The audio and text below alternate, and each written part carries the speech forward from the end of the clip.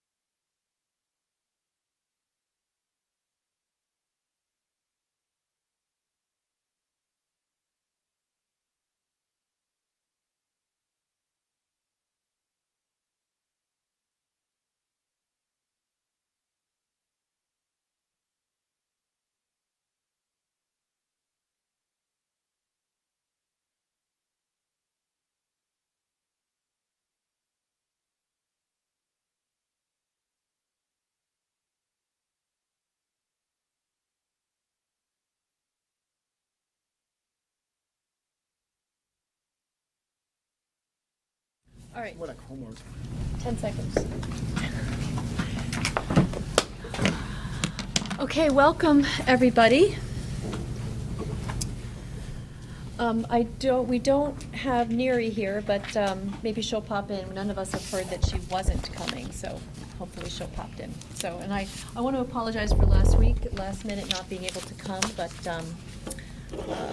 nature, the storms were terrible, so I wasn't able to make it. So there it goes. Does anybody have any additions or modifications to the agenda tonight?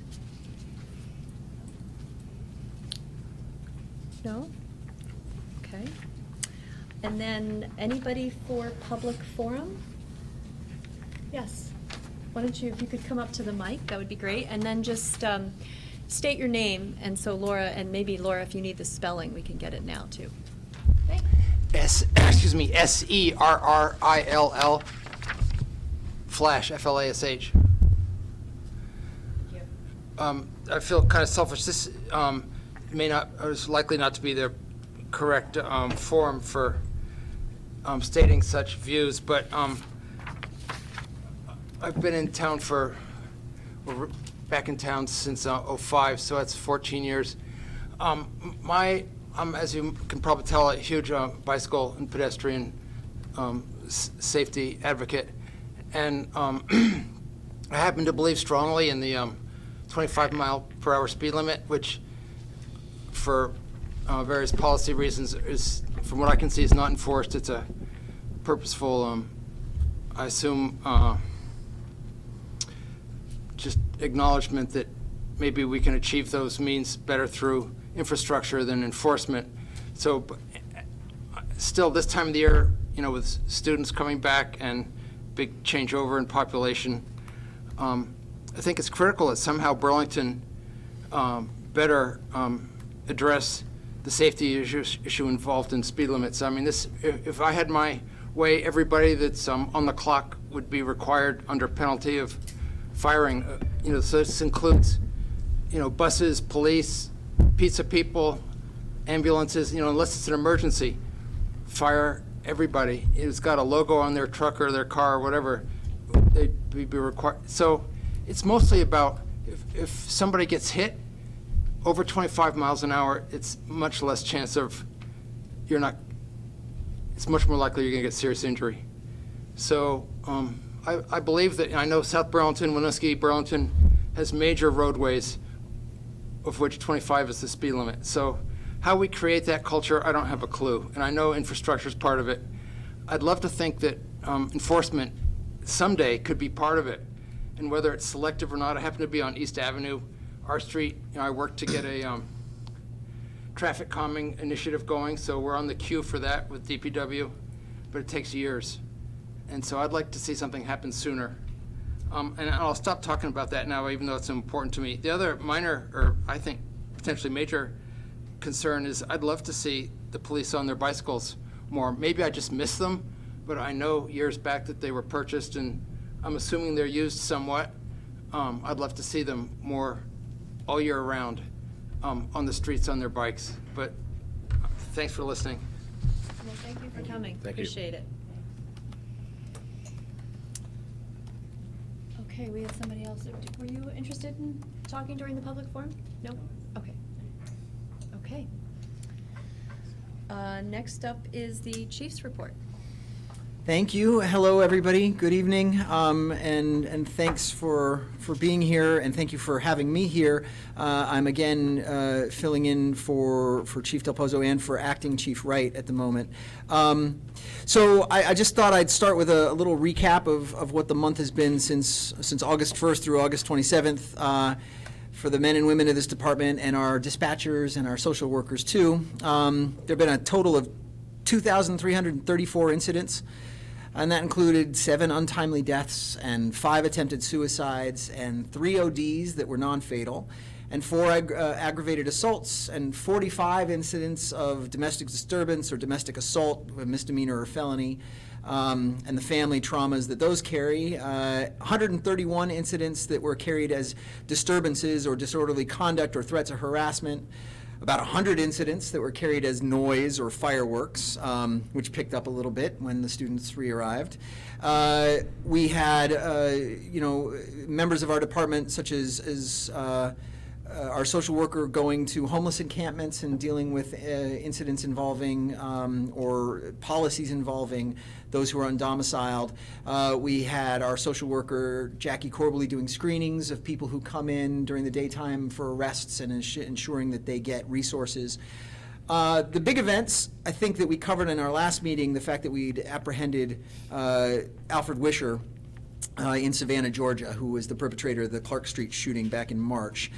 On August 2nd, we had a suicide on the Marketplace, at the Marketplace garage. We had 2 Beach and Parkers who are younger employees of ours, summer employees, who saw that and were participating in making sure that we had a perimeter around the incident, and absorbed that. One of those individuals really wants to be a police officer at some point, and she took it well, but we put resources with her to make certain that we were sort of seeing them through that first time for them. That same day, we swore in new police officers in sort of a circle of things, and the new officers that we have currently down at the police academy. On August 3rd and 4th, there was, of course, the El Paso shooting with 22 killed, and the Dayton shooting with 10 killed. And while those did not happen here, we had lots of calls for reassurance, whether that was from other entities in town that wanted additional deployments of officers or wanted off-duty officers to be working there as details. We had news requests, et cetera. On August 6th, we had a person shot in the head with a BB gun at a tent in the Immaculate Conception Yard. That tent had been put up unlawfully and was taken down, but was part of the disorder that tent sort of brought around with it. I actually apprehended that individual as he biked away from us down in the south end of town. On the 7th, we had the Dope Sick, the author of Dope Sick, came and spoke at Contois Auditorium. Chief Wright and I attended, as well as the mayor and many others, to hear her take on the opioid epidemic and also to share what this city has accomplished. On August 9th, we had an armed robbery at the Pine Street Cumberland Farms, and that individual was apprehended in Norwich on August 19th, owing to good work from this department and maintaining relationships with other police departments around the state, sharing information appropriately.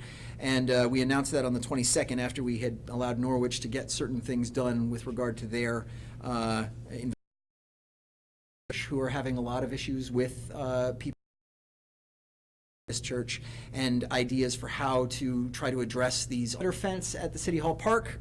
In order to minimize any kind of potential conflict, I started my shift at 0400 that morning so that we could move it while people were not yet there, including individuals who are more likely to be upset when we expanded that fence line because they had taken to.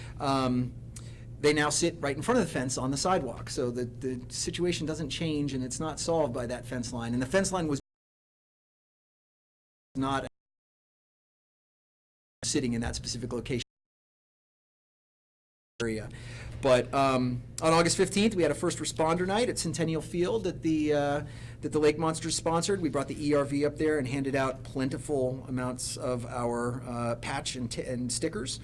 On the 18th, we had a robbery and assault on North Street, and a Corporal Mike Henry did a really good job of tracking those individuals, figuring out that a driver who appeared to be involved was not involved, and we have one arrestee and another 2 individuals who we have very good lines on. On the 19th, we had an assault at the Downtown Transit Center. Sergeant Wynn made a terrific apprehension by doing a lot of investigative work and then finding and contacting the suspect who had previously been arrested by this department several years ago for distributing KKK flyers. And Sergeant Wynn was able to talk him into coming in and turning himself in a way that was safe for him, safe for the suspect, and safe for our neighbors. But and we were able to work with the state's attorney to. On August 22nd, and former police commission member Pete Barenberg, who's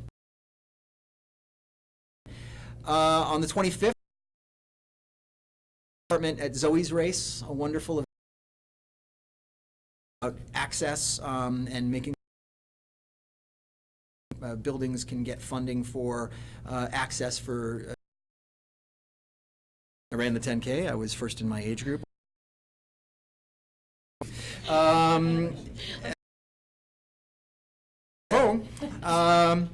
This morning, we committee to review community policing practices. That's a mouthful, and I know, but it is, I think, going to be a good for getting ideas about that do in fact change use of force policy specifically for the day of school for our school district here. There's good representation by officers at those locations.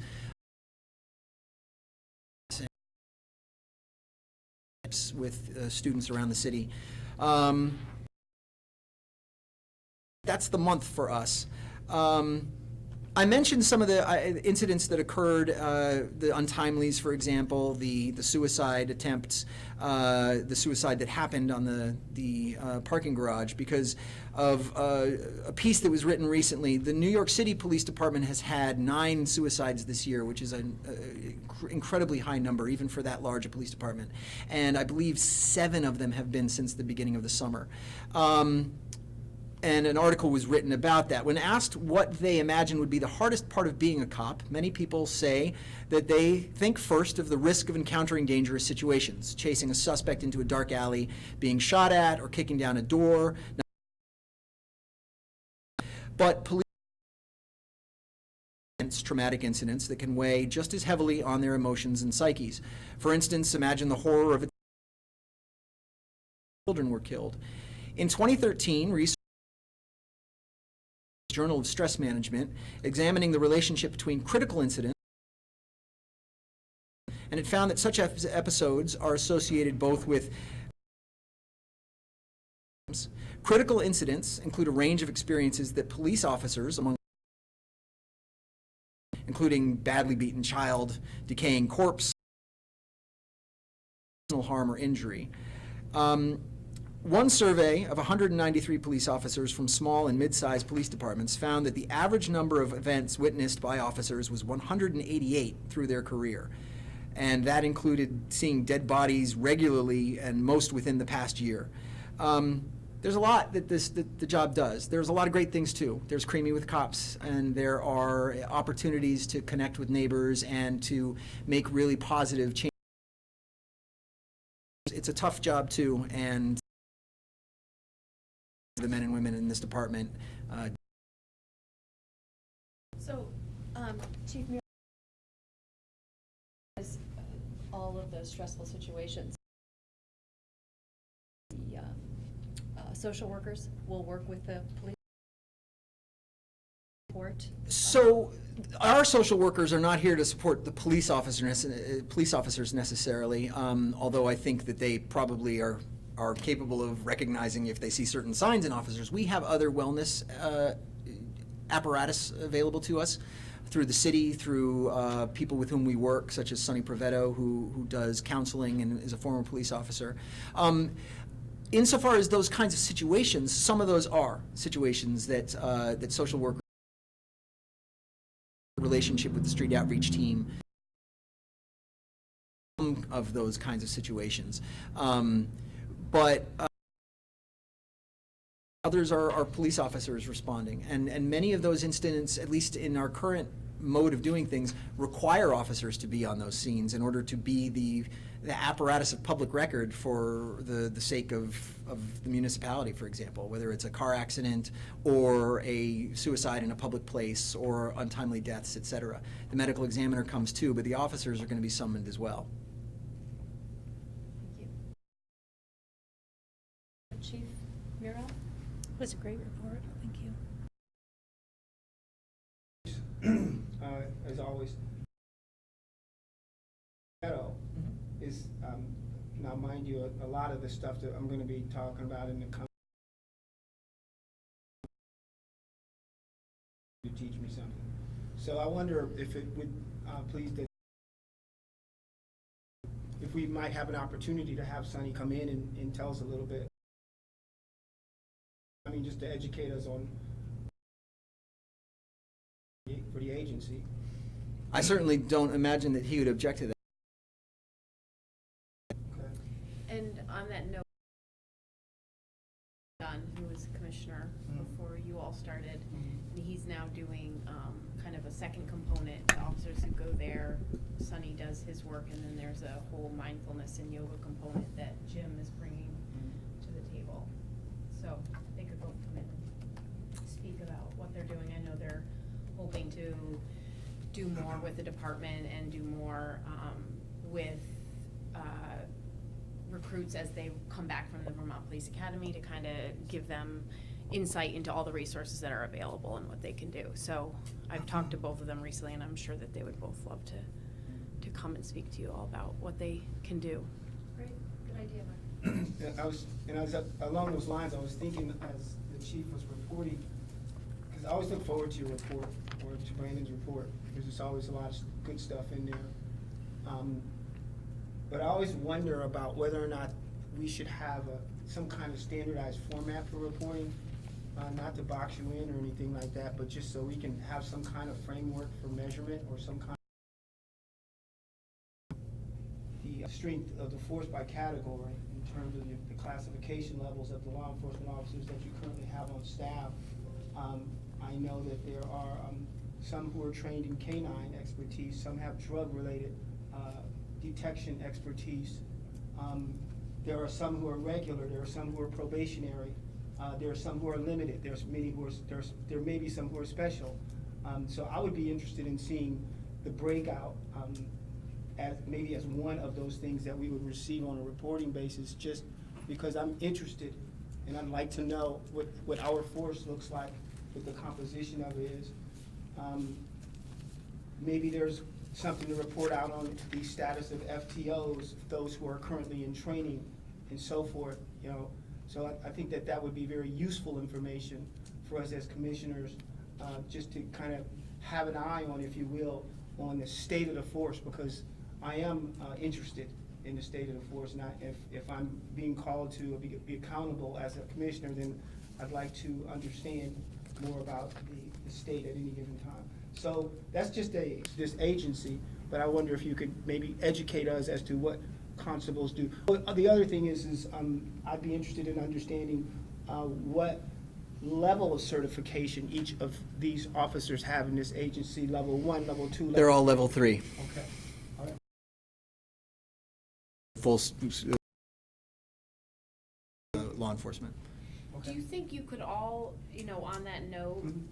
maybe you could send me an email and all of you as well, if they're, like, I didn't get all those things that you listed, but if you could all email me these topics that you would like to be considered on a more routine basis, maybe they're not every month, but every quarter or whatever, If I could- just so we can make sure that we're all on the same page and manage that going forward. So just a point of order and for process, I would make a motion to the commission that we would consider creating a template that we would present to the chief to create a framework for, like a chief's report framework on those things that the commission would deem appropriate for reporting. I'm making a motion that we would. Before we make a consider motion, that. I'd like a little discussion to see if it, does anyone have any thoughts about Commissioner Hughes's Madam idea? Chair, a point of order, when the motion is on the floor, the point of the discussion comes after the Oh. seconding of the motion. Okay, thank you. Does anyone have a second?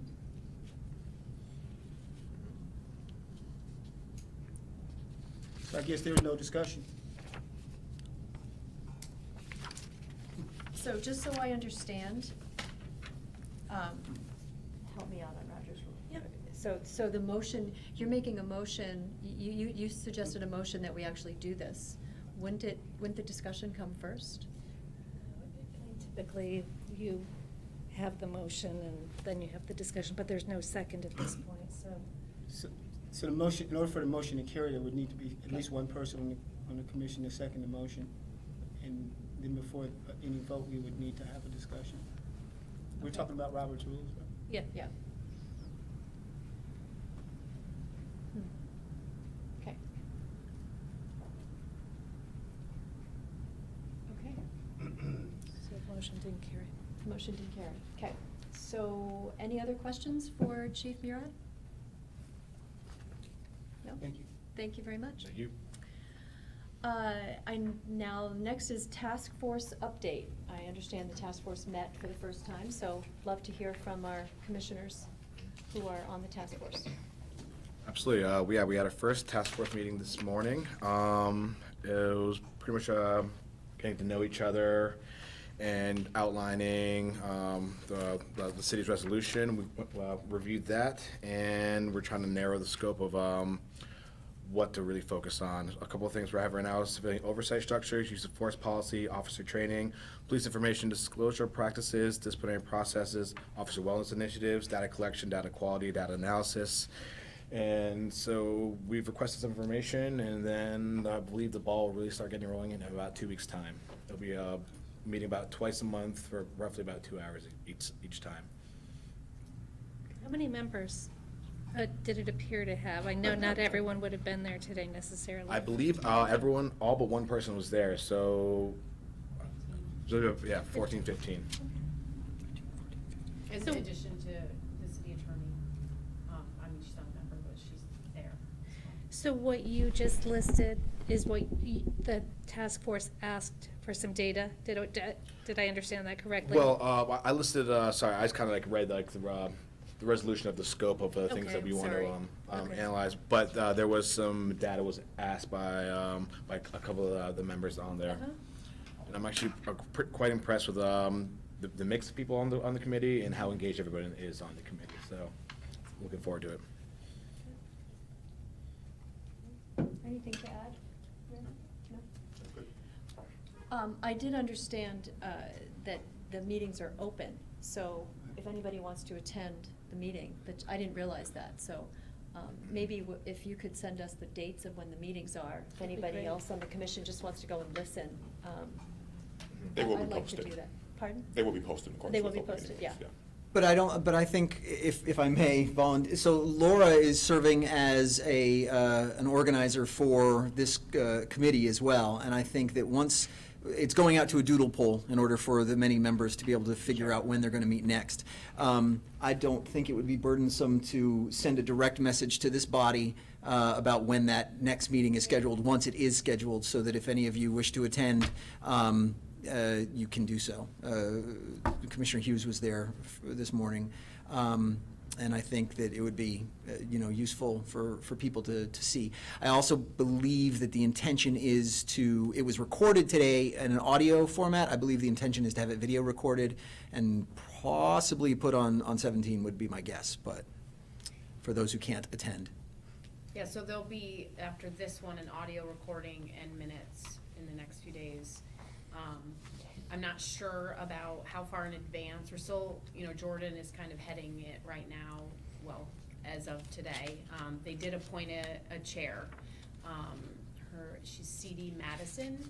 I can't get into her background, but there was a unanimous appointment of her as the chair. And so she'll be I'll try to work with her. I don't know how far in advance meetings are gonna be scheduled, if it'll be a doodle poll every few weeks for the next meeting. But as soon as I know, I can pass it along, but it will be posted as a public meeting.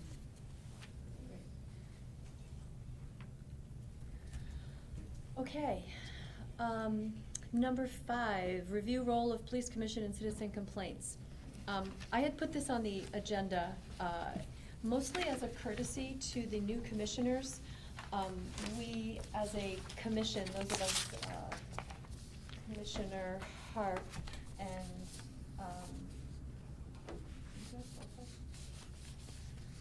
anyway, we had actually posted, or voted to bring this to the Public Safety Committee.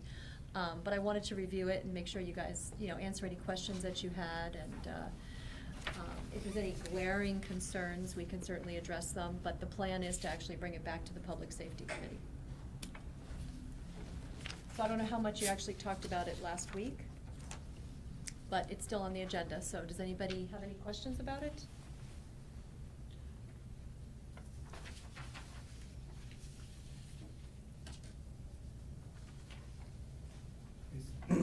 Madam Chair, this is the second iteration, this is the second time it's come back to us? Yes. So it's when it's come? Well, yes, it's the second time that when we presented it, they had us make a couple of changes. We've made those changes, and now we've done what the Public Safety Committee wanted us to do, and now we need to bring it back to them.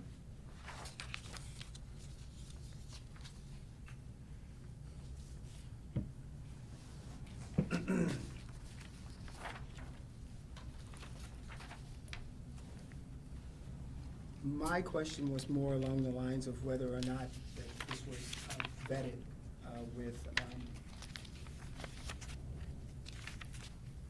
Title 20, with the,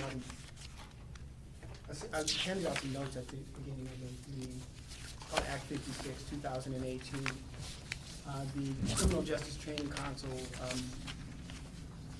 went in and revamped the entire misconduct processes, and also created a model internal affairs process, and I think it's called model internal affairs, valid internal affairs processes. So I was just wondering, had this particular document been vetted against that? Because I know this entire process began prior to last year when that was passed. Specifically, has our internal affairs policy been vetted against the model internal affairs policy at the statewide level? And does this map to categories A, B, and C of unprofessional conduct of Title 20, 2410? As far as what the council passed for all 79, what the Criminal Justice Training Council passed for all 79 agencies. So that's what this documentation is all about. It talks about, what you'll see is if you go to the last page, there's even a conduct reporting form in there. This was issued for all agencies across the state to use. I was wondering, had we even seen this form before? Are these, instances of professional misconduct, have they been mapped against our process? My only concern is we might be operating kind of in a little bit of a vacuum, because it looks like the state's covered this. And I want to make sure that we're doing this consistent with what has been prescribed by the Vermont Criminal Justice Training Council in terms of internal affairs. it's my understanding that this whole, this process, this process surrounding complaints, Chief, would result in an internal investigation. Is that correct? Not automatically, but in many instances, yes. And That's my only did you concern. review our directives for internal investigations and see how it comports with this? I have not had the capacity to do that, no. Okay, so I am not entirely certain. This would be a question. I regret that I would defer this to Chief Wright if she were here and her greater experience in this, insofar as following the council's sort of template. I don't know if you have anything to add, Corporal. Yeah, so certainly we have, our directive has a very clear picture of how internal investigations are performed. And furthermore, that's dictated by the contract of the BPOA and the nature of progressive discipline. And I would relatively confidently assume that we are in comportment with this, even if we are not using its exact formats and standards. And any reporting that needs to be done up to the state level has been done. We are in compliance with that. Again, I defer to Chief Wright on that, but I'm confident that that's the case simply because that is her nature. If there are requirements of that sort, that those are being conducted and complied with. Having just received this at the beginning of the meeting, I'd have to take a look at it first in order to understand what it says and the ways in which it interacts with our directives, which are available on, and certainly to all of you anytime you want. And I'll find our internal directives and share them with this body so that everybody can sort of see how these do match up or not. But in other instances, I know in cases that I have dealt with things that have been promulgated by the Criminal Justice Training Council, there are oftentimes recommendations and best practices that are offered, and those are guidelines for agencies to develop their own or to have ready-made procedures or directives for agencies that are a little smaller and maybe need that template available to them. And then there are others, some that are encoded in the law and have to be done in certain ways. And fair and impartial policing would be an example. There are certain aspects of that have to be, by the state, included in any internal department directive. But that doesn't mean that the directive can't either go further than it or add things to it, et cetera. It just means that there are certain things that must be present for that. So I know, for example, that our fair and impartial policy was created with the mayor, with the city attorney, and to the extent that it has differences between the model that was presented at the state level, those have been determined to be in the city's best interests by the powers that be. So And I just want to add that this is really about our role as a commission, where the internal investigations is these are tangential, right? But what we're looking at is our role as a commission. Sure. And so I think that discussion of the internal policies in Act 56 is actually a different analysis than this policy, since this doesn't get into the internal affairs. This is right. How do we take it after that is completed? So I believe this body has had a lot of practical experience, certainly in the time that I've been here, in how internal investigations are conducted here via exposure and via often an executive session, but being able to actually see the way in which we do things and the way in which the chief works through certain processes and incorporates your input and presents to you. To the extent that getting you those directives so that you can actually see what's there in writing versus the way that it is done. And to the extent that this may have some points to be added that are examples of best practice that could be, that would work, or that would be an interesting addition to what we've already experienced or what we see, that would be useful. So I can give, again, that directive and make sure that a copy of it is sent to everyone. Thanks, Chief. It looks like that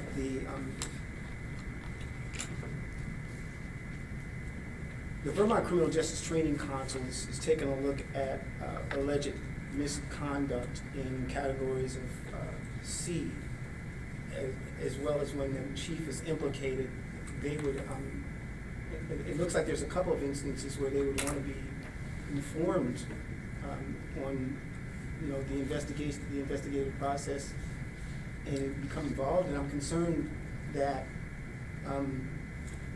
we're not really taking, I don't know, maybe I'm confused, but to me it seems like we're not looking at that aspect of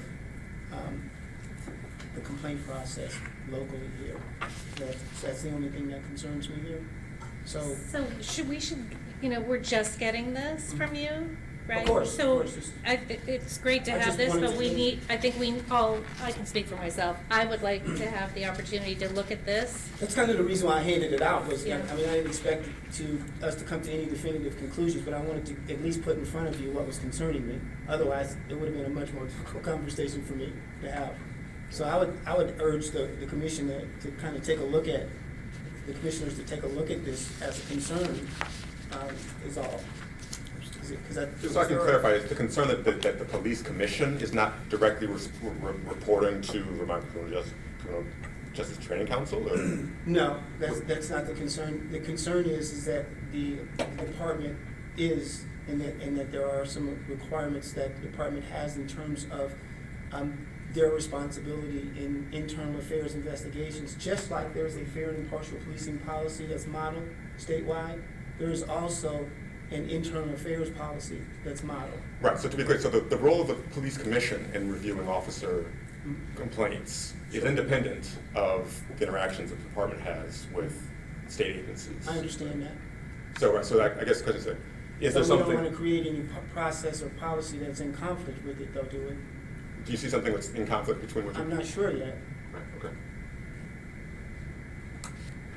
So you're not sure whether this, the role of Burlington Police Commission reviewing complaints is, you're concerned there might be something that's, I think our city attorney should tell us. well, the city attorney wrote this, so we can, you want the city attorney to talk to us about this and how it relates to Act 56? I would like to see that. Okay.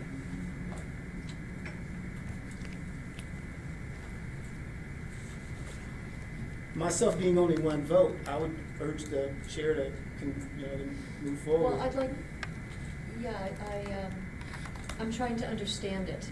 Just so Commissioner Hughes, I'm trying to understand because the purpose of this is to make sure that as police commissioners, we have visibility to all complaints against any officer. We also have full transparency for any information that we want, whether it's video, listed all here, particularly video, but any written records available, et cetera, that we have access to those and we have full transparency. And then we can have a discussion with the chief and make sort of, understand what the chief's rationale is for discipline, give input. We don't actually make the decisions, but we have visibility and we can decide as a commission, do we think the chief is acting in the best interest of the city? So that there is some transparency to that. I'm still having a hard time understanding how this would impact this. I don't have anything else to add to it. Okay. I'm not certain that it does or it doesn't, but it does concern me because I haven't been able to figure it out whether there's an impact there. Right. Yeah. So that's why I brought it to your attention. Does anybody else have any thoughts? If we should pursue that before bringing this to the Public Safety Committee?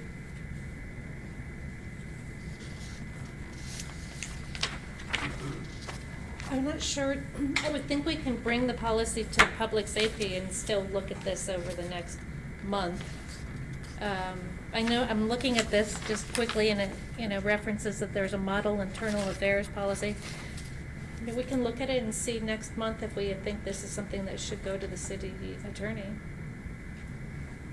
I think it's hard for any of us to really say anything because we haven't looked at it, to Correct. digest it. Well, I mean, I've looked at this one. I don't personally see any conflict between the police commission policy and the role of the police commission reviewing complaints as police officers and what's stated in Act 56.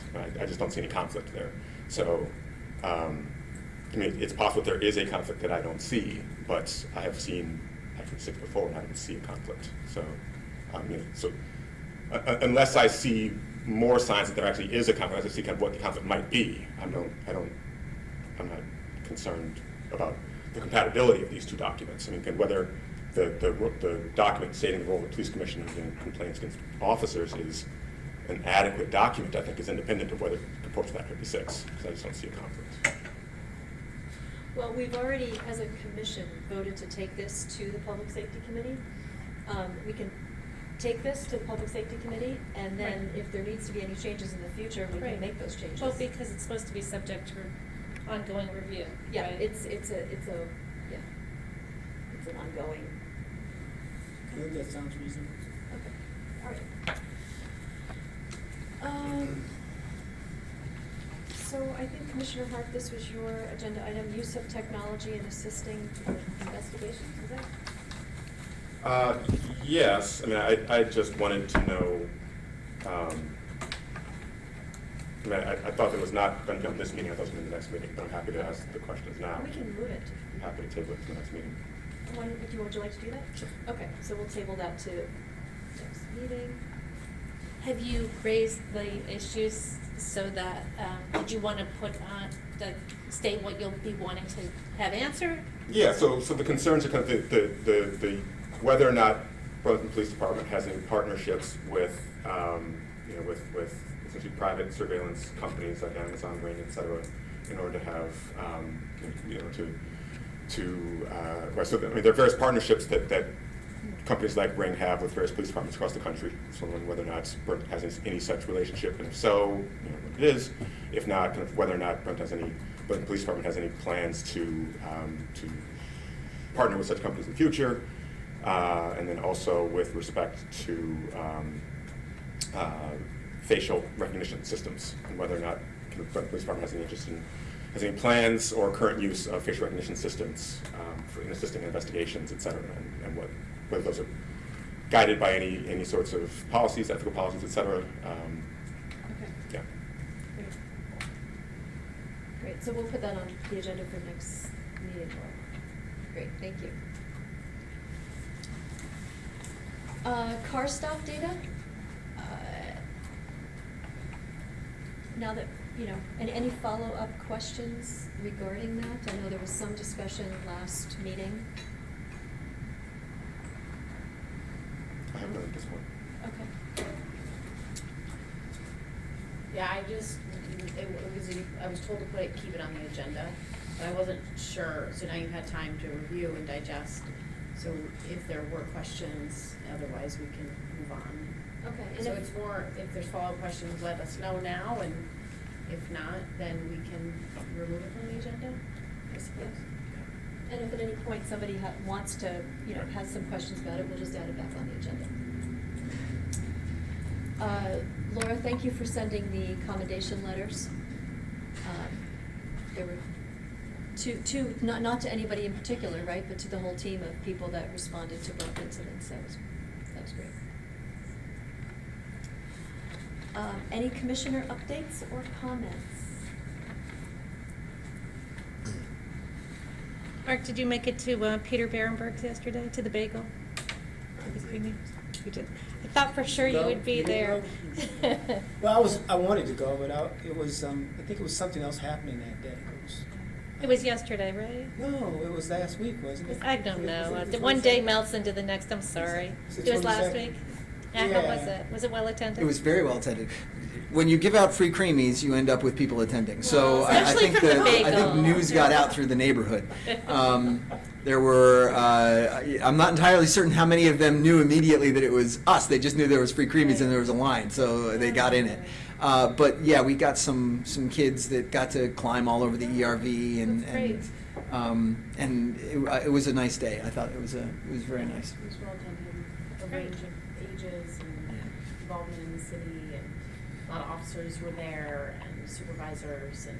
Officer Orfont drove our robot around and let the kids Nice. see how that worked and chased a couple of them with it. But it was really good. That's great. Sorry, my sense of timing is a little warped right Is now. that a robot, or, I Yeah. mean, you're talking Yeah, about it's- like a, It's not that, so the state police have a bomb disposal robot that is That's the coolest one. that looks like Johnny Number 5 from that Yeah. old movie Short Yeah. Circuit. Relatively large and has treads and moves. Ours is it's 2 independent wheels that can move it around. It's basically, it looks like it's a cylinder with 2 wheels on the ends of that cylinder, and in the center is an eye, and so you can pilot it around. It can go up and down certain amounts of elevation, but it has a viewfinder, and we can see what it sees. So we've used it to great effect, being able to toss it inside locations when we have a suspect or when we want to see the inside of a location before we're going to make entry. Several weeks ago. Probably July, but it might have been June.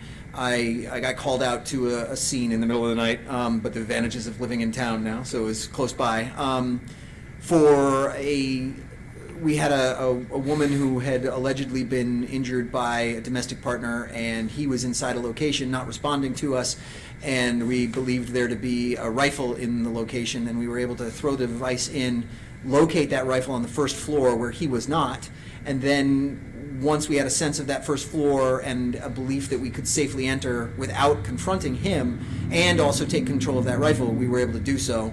And the robot was what gave us that intelligence. So then we made entry, took control of the first floor, got the rifle out of the scene, and then made contact with him, also throwing the robot to the second floor to take a look at that scene before we began to ascend the stairs.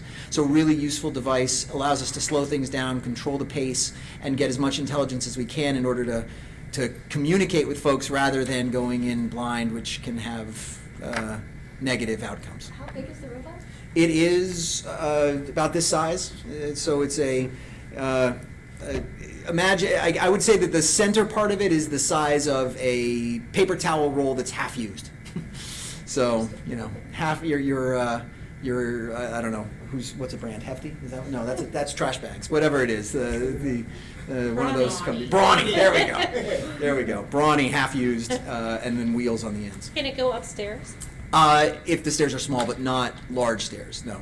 I think I missed that. But we can throw it up, which we've done. Yeah. And Yeah, I don't understand when you said, that's why I asked how big it was. so, right, because it's small enough to throw. It's Literally throw it. literally throw it up the Pretty stairs. resilient, huh? Yeah. Yeah, it's designed for that kind of sort of rough and tumble. I wouldn't throw it up 15 flights of stairs or down 15 flights, but one it'll do. I have just one comment, or just a reminder to folks. If you can't make the meeting, just shoot me an email. I think everybody actually has my cell phone now. I'll reach out to Neri, because I don't think anyone knew that Neri wasn't coming, but. I just got a message Oh, from you her did? that she's sick. Okay. I just. Gotcha, okay. Anything else? Good. Now we're just gonna do the consent minutes from the previous commission meeting, July 30th. I move to approve them. All in favor? Aye. Next meeting, agenda items, anything else that we want on the agenda that we haven't already talked about?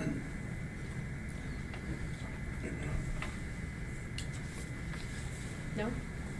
Okay. Next meeting scheduled for September 24th. Is that still looking good for everybody? September 24th. I'll have to double check. I should be back. I believe I should be back that day from vacation, so that shouldn't be a problem, but I might have fallen We similar. know how that goes. Exactly, so I'll keep you updated on my Okay. Seems to be a monthly theme Sounds we good. have going. Yeah, there's 3. There's 2 in a row now, so. Yeah. Okay. I don't believe we need executive session. Not to my knowledge, no. Okay. A motion to adjourn? Move to adjourn? Second. All in favor? Aye. Okay, meeting adjourned. Thank you. So, I don't know what's going on, but this is again, like, what is wrong with me? This is still the wrong.